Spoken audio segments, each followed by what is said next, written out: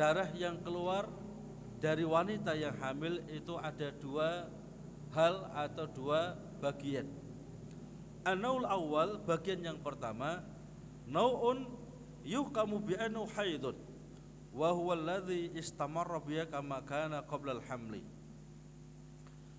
Bagian yang pertama dihukumi sebagai darah haid karena haidnya terus berlangsung, ya, terus normal sebagaimana dia ketika sebelum hamil. Wali anna dzalika dalilun ala anna hamla lam yu'assir alaihi fayakunu haidan. Ini sebagai dalil hamil yang dialami tidak memberikan pengaruh yang signifikan atas keluarnya darah haid.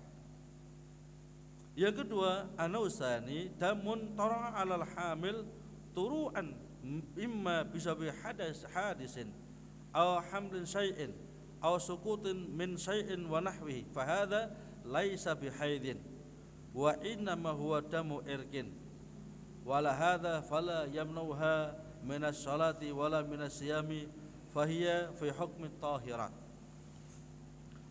Yang kedua adalah darah yang keluar dari wanita yang hamil yang itu hanya bercak-bercak saja.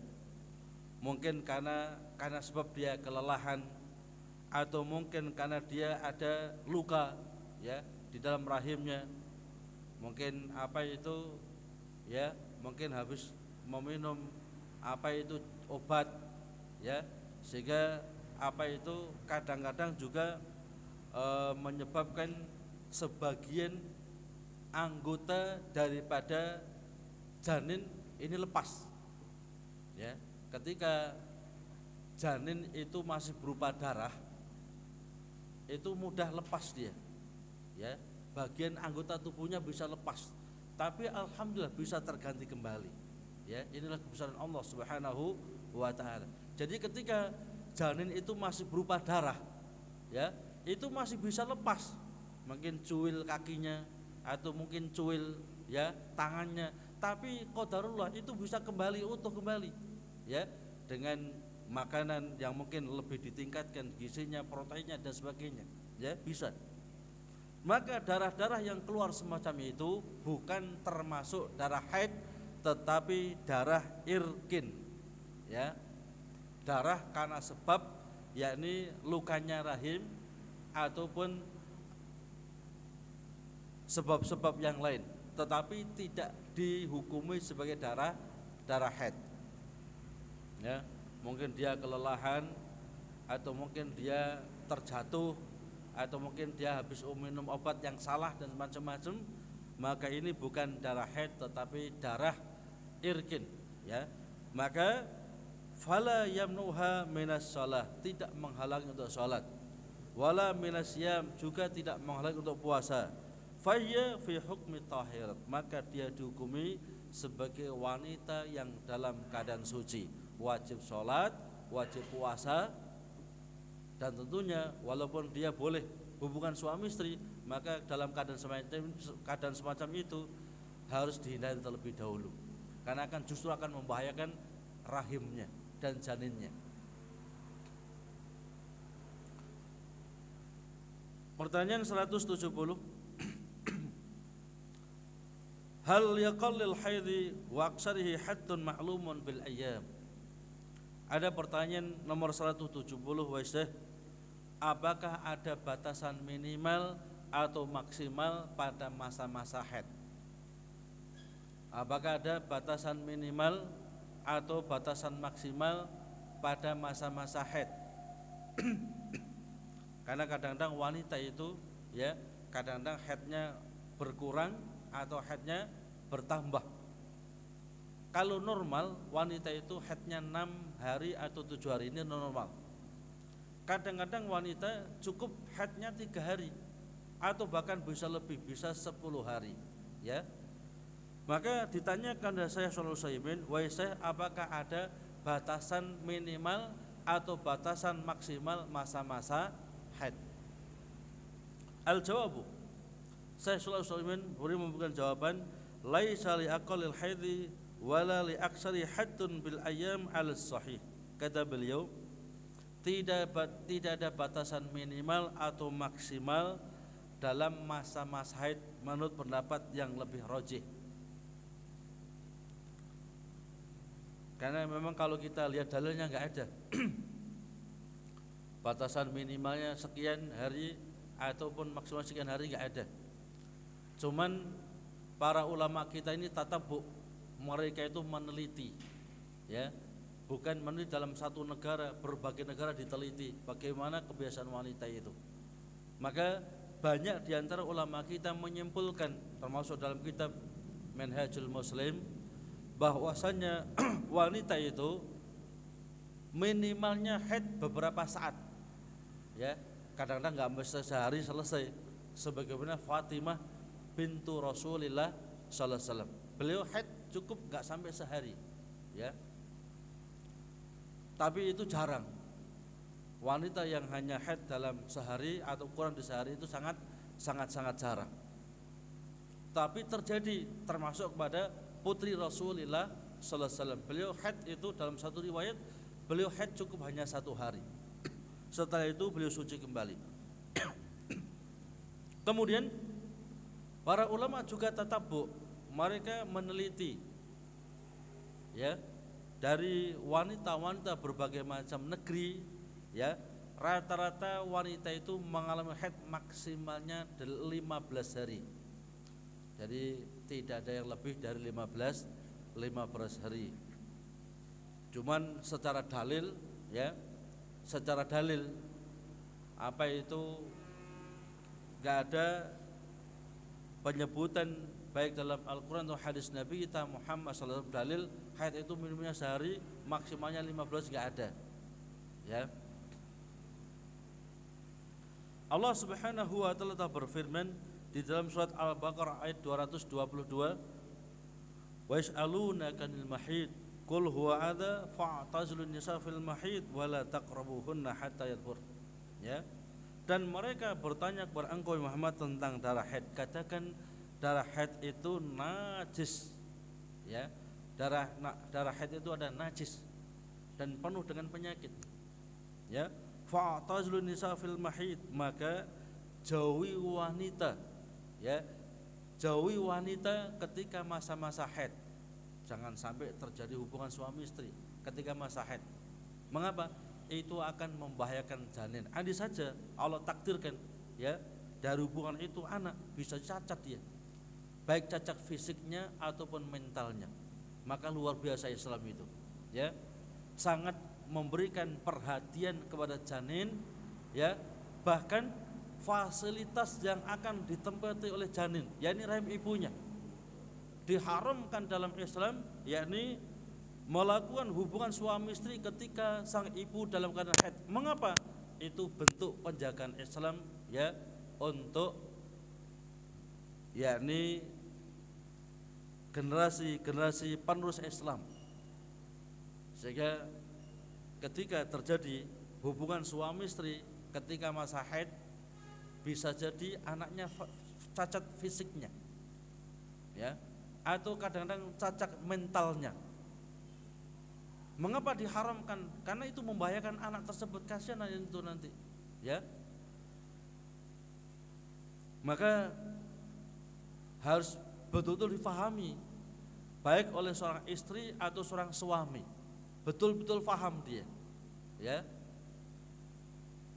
Sehingga diharapkan generasi yang muncul setelahnya ada generasi yang kuat, ya, baik kuat akalnya, kuat agamanya, kuat akidahnya, sekaligus kuat fisiknya.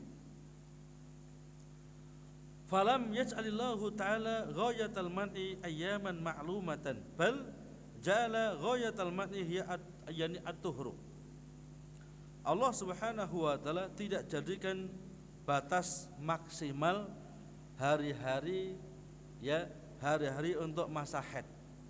Tetapi Allah jadikan batasannya, ya, adalah ketika wanita itu sudah suci. Fadalla hadza ala anna ilatal hukmi hiya al haidu wujudan wa adaman famata wujudul haidu sabatal hukmu wa mata tahurat minhu zalat ahkamuhu.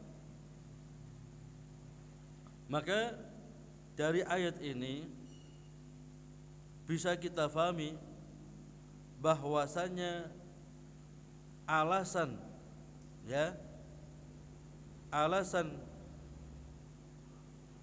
seorang wanita itu dia diharamkan untuk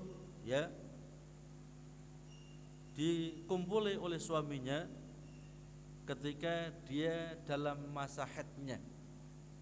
Ketika masih ada haid haram, ketika sudah suci maka baru boleh.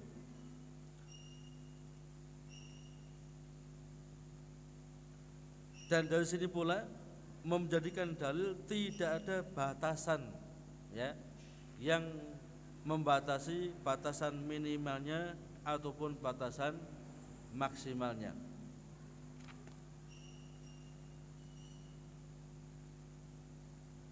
Illa ayyakuna damu mustamiran mal mar'ah la yanqadu abadan aw yanqadu muddatan yasyuratan kal yaum wal yaumi fi syahri fa innahu hina idzin yakunu damu istihadah. Kecuali kalau darah itu terus-menerus mengalir tidak pernah terputus, maka itu di antara darah yang melalui itu adalah darah istihadah. Dan telah kita jelaskan bagaimana cara membedakan darah istihadah dengan darah haid. Yang pertama dengan kebiasaan, misalnya wanita itu haid selama 5 hari atau 6 hari, maka dan itu terjadi terus-menerus setiap bulan 6 hari, maka dihitung 6 hari itu haid, selainnya adalah tidak haid.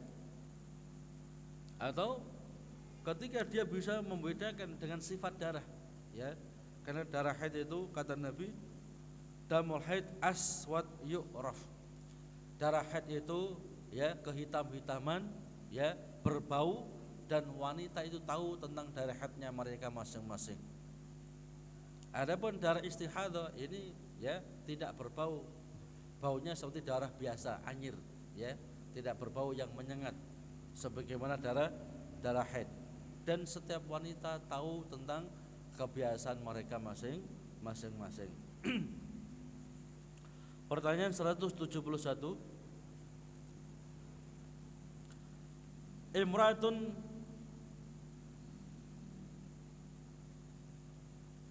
tasabbabat fi nuzul damil haidhi minha bil ilaj tarakatis salata fahal taqtadhiha amla. Seorang wanita dia ini menggunakan sesuatu untuk menahan haidnya.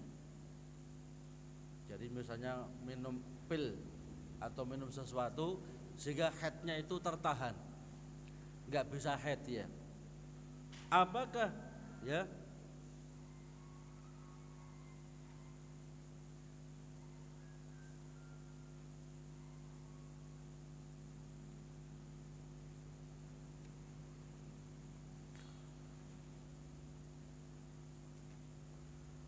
apakah wanita ini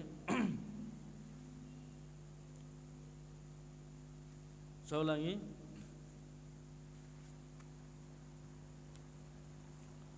ini nanti pembahasannya pada yang selalunya sama. Jadi saya ulangi, hayajul haidi an taqra'al Qur'an. Apakah boleh bagi seorang wanita yang haid itu untuk membaca Al-Qur'an? Al-jawabu yajuzul lil haidi an taqra'al Qur'an lil hajah mislu an takuna muallimatan fa taqra'al Qur'an li ta'lim aw takunu talibatan fa taqra'al Qur'an li ta'allum aw takunu umman nu'allimu auladaha as-sighar awil kibar. Ada pertanyaan pada Syekh Shalih Al-Utsaimin, wahai Syekh, apakah wanita yang haid itu dia dibolehkan untuk membaca Al-Qur'an? Maka beliau Syekh Shalih Al-Utsaimin belum memberikan jawaban. Dibolehkan bagi wanita yang haid untuk membaca Al-Quran ketika memang diperlukan, dibutuhkan. Seperti ketika dia seorang pengajar, ya, mengajari santriwatinya, ataupun dia juga mungkin menyemak bacaan santriwatinya. Maka dia membaca Al-Quran dalam rangka untuk pengajaran, maka dalam ini boleh. Misalnya dia membaca Al-Quran dulu supaya santrinya bisa membaca Al-Quran dengan benar. Aw takunu talibatan fataqra'ul Quran lita'allum, atau dia mungkin seorang santri santriwati membaca Al-Quran dalam rangka untuk belajar. Mungkin dia mau imtihan, ujian, ya, hafalan, mungkin tahfidnya, maka dalam ini dibolehkan. Au takunu umman tu'allimu auladaha as-sighar awil kibar, atau dia seorang ibu yang mengajari anak-anaknya baca Al-Quran, baik anak-anak yang masih kecil atau sudah besar. Idza da'atil hajatu ila qiraatil Qur'an lil mar'atil haid fa innahu yajuzu wala harja 'alaiha. Ketika dibutuhkan, ya, atas wanita yang haid untuk membaca Al-Quran, baik dia sebagai pengajar atau dia mungkin, ya, sebagai siswi, atau dia mungkin sebagai seorang ibu mengajari anak-anaknya dalam membaca Al-Quran, maka dalam hal ini dibolehkan, ya, tidak ada dosa baginya. Yang dilarang wanita yang haid itu memegang mushaf Al-Quran, ya. Kata Nabi kita Muhammad sallallahu alaihi wasallam, ya, la yamussul Quran illa wa huwa tahirun. Tidak boleh memegang mushaf Al-Quran kecuali dia dalam keadaan suci. Maka wanita yang haid atau orang yang dalam keadaan junub, dia tidak boleh memegang mushaf Al-Quran dalam rangka untuk mengagungkan Al-Quran. Bahkan sangat disunahkan, sangat ditekankan bagi orang yang hendak membaca Al-Quran, sangat disekankan, sangat diperintahkan untuk memiliki wudhu sebagai bentuk pengagungan dan pemuliaan pada Al-Quran. Bahkan sebagian ulama kita mengatakan wajib, ya, termasuk dalam madhab, sebagian madhab Imam Syafi'i, bahwasanya seseorang yang hendak memegang mushaf Al-Quran dia wajib punya wudhu. Dan ini yang diterjemahkan oleh Imam An-Nawawi dalam kitabnya Al-Minhaj Syarah Muslim Ibn Hajjaj. Pertanyaan yang selanjutnya 173. Idza istabaha ad-damu 'ala al-mar'ati falam tumayyiz hal huwa damu haidin am damu istihadatin am ghairihi famadza ta'tabiruhu. Ketika ada kerancuan atas seorang wanita dan dia tidak bisa membedakan ini darah haidkah, ini darah istihadahkah atau darah yang lain, dia tidak bisa membedakan, ya, bagaimana hukumnya, maka dijawab oleh Syekh Shalih Al-Utsaimin, al-aslu fi damil haid min al-mar'ah annahu damu haidin hatta yatabayyana annahu damu istihadah wala hadza fata'tabiru damu haidin ma lam yatabayyan annahu damu istihadah. Hukum asal darah yang keluar, ya, dari rahim seorang wanita itu pasti darah haid. Hukum asalnya, ya, saya ulangi, darah yang keluar hukum asalnya dari rahim seorang wanita itu hukum asalnya darah haid. Kita tidak bisa menghukum ini darah istihadah atau yang lain kecuali punya bukti-bukti. Kalau tidak ada bukti, maka hukumnya kepada hukum asal, yakni dia dalam keadaan haid. Maka dalam kaidah fikih dinyatakan, ya, Al hukmu makana ala makana. Hukum itu tetap pada hukum asalnya, ya, sampai yakin ada perubahan pada hukum tersebut. Dan hukum asal wanita, darah yang keluar dari wanita itu darah haid pasti, kecuali ada bukti-bukti yang lain, dalil-dalil yang lain itu bukan haid, maka baru kita hukumi bukan darah haid. Ini sofa maksud saya.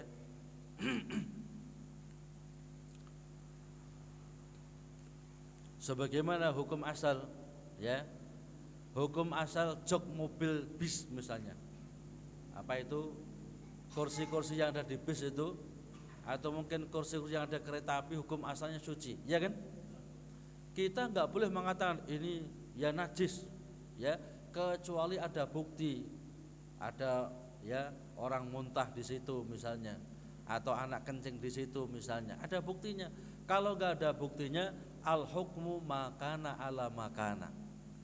Contoh lain, air, ya, hukum asal air itu suci, ya, kita nggak boleh mengatakan air ini najis, ini nggak boleh, ya.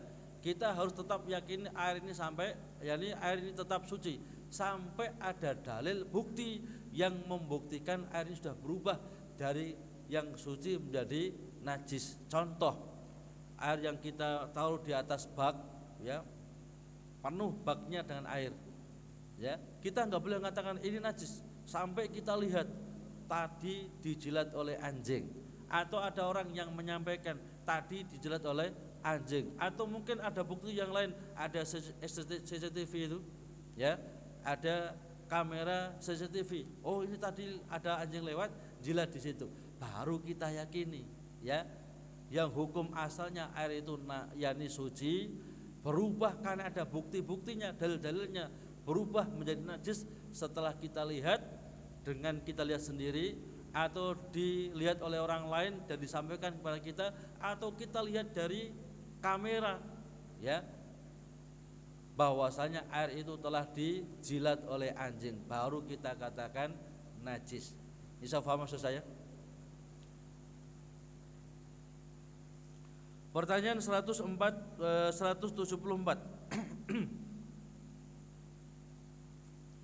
Idza hadatil mar'atu ba'da dukhulil waqti sholati famal hukmu wa hal taqdi sholata an waqtil haidi. Ketika wanita itu mengalami haid setelah masuknya waktu sholat, misalnya, ya, maghrib, jam berapa kira-kira maghrib? Jam 5 lebih 20-an menit lah, ya, jam 5 lebih 20 menit, ya. Ada seorang wanita setengah 7 dia belum sholat maghrib misalnya ini, kemudian dia haid, bagaimana hukumnya ini, ya? Padahal dia tadi suci, ketika waktu maghrib dia masih suci 10 menit, tapi dia nggak segera untuk sholat, ya. Apakah sholat yang ditinggalkan dalam keadaan semacam ini wajib diqodoi? Ini banyak terjadi atas wanita. Maka saya nasihatkan atas wanita, ketika dekat-dekat dengan masa haidnya jangan nunda waktu sholat. Begitu adzan langsung sholat sudah, ya. Makanya ini hikmah Allah. Allah nggak wajibkan wanita untuk sholat di masjid, ya, karena wanita ada tamu bulanan. Ketika memang kalau sekiranya dia nunggu di masjid, ya, kedahuluan haid, ini berarti dia punya hutang sholat nanti, ya. Itu diantara hikmah Allah nggak wajibkan wanita untuk ke masjid. Cuman bagi seorang suami dilarang untuk melarang istrinya ketika hendak ke masjid, apalagi ke masjid ada taklim, dia nggak bisa ngajari misalnya, padahal di masjid ada kajian ilmiah, apalagi berkaitan dengan haid yang banyak kita kadang-kadang nggak ngerti, ya, baik suaminya ataupun istrinya. Kata Nabi kita Muhammad SAW, la tamna'u ima Allah masajidallah. Wahai para suami, jangan ada seorang pun di antara kalian melarang istrinya ketika menghendaki untuk ke masjid, ya, selama aman daripada fitnah. Jadi apa itu selama aman daripada fitnah. Tapi selama ada suaminya insya Allah aman, ya, terjaga. Jadi ada pertanyaan ke 174, wahai Syekh, seorang wanita mengalami haid, ya, ketika waktu sholat telah masuk. Jadi ketika waktu sholat masuk dia masih suci dia, cuman karena ditunda-tunda sholatnya sampai dia mengalami haid, padahal dia belum sholat. Fal taqdi sholata an waqtil haidi, apakah dia wajib mengqadai sholat yang ditinggalkannya, yang dia tinggalkan ketika waktu haid tersebut? Dijawab oleh Syekh Shalih Al-Utsaimin, idza hadis haidu ba'da dukhuli waqti sholati ka'an hadat ba'da zawal binisfi sa'atin masalan fa innaha ba'da an tatahhara minal haidi taqdi hadhihi shalat allati dakhala waqtuha wa hiya tahiratun. Kata Syekh Shalih Al-Utsaimin, beliau mengatakan ketika terjadi haid setelah masuknya waktu sholat. Contoh, ya, seorang wanita mengalami haid setelah setengah jam masuk waktu sholat, ya, misalnya apa itu 6:30, contoh ini ya, jam 6:30 isya, ya, jam 6:30 isya. Wanita ini masih suci dia ketika 6:30, ya, dia masih sibuk masak, masih macam-macam sampai jam 7 haid dia, ya, sedangkan dia belum sholat isya. Bagaimana ini? Kata saya Utsaimin, fa inna ba'da an tatatahhara minal haidi taqdi hadhihi shalat allati dakhala waqtu wa hiya tahiratun. Ketika dia sudah masa sucinya, ya, telah datang masa sucinya, maka dia wajib mengqadai sholat yang dia tinggalkan, ya, ketika masa haid padahal waktu sholat telah masuk. Saya contohkan saat sekarang ini, ya, sekarang ini contoh isya 6:30 misalnya, ya, ternyata seorang wanita dia tidak sholat sampai jam 7, kemudian jam 7 dia haid, maka ketika selesai masa haidnya kemudian dia suci, dia wajib mengqadai sholat tadi. Dia punya hutang sholat isya, ya, dia punya hutang sholat isya. Di mana Nabi kita Muhammad SAW telah bersabda, man nama, ya, man nama aw nasya an sholatin fal yusalliha idza dzakaraha la kaffarata illa dzalik.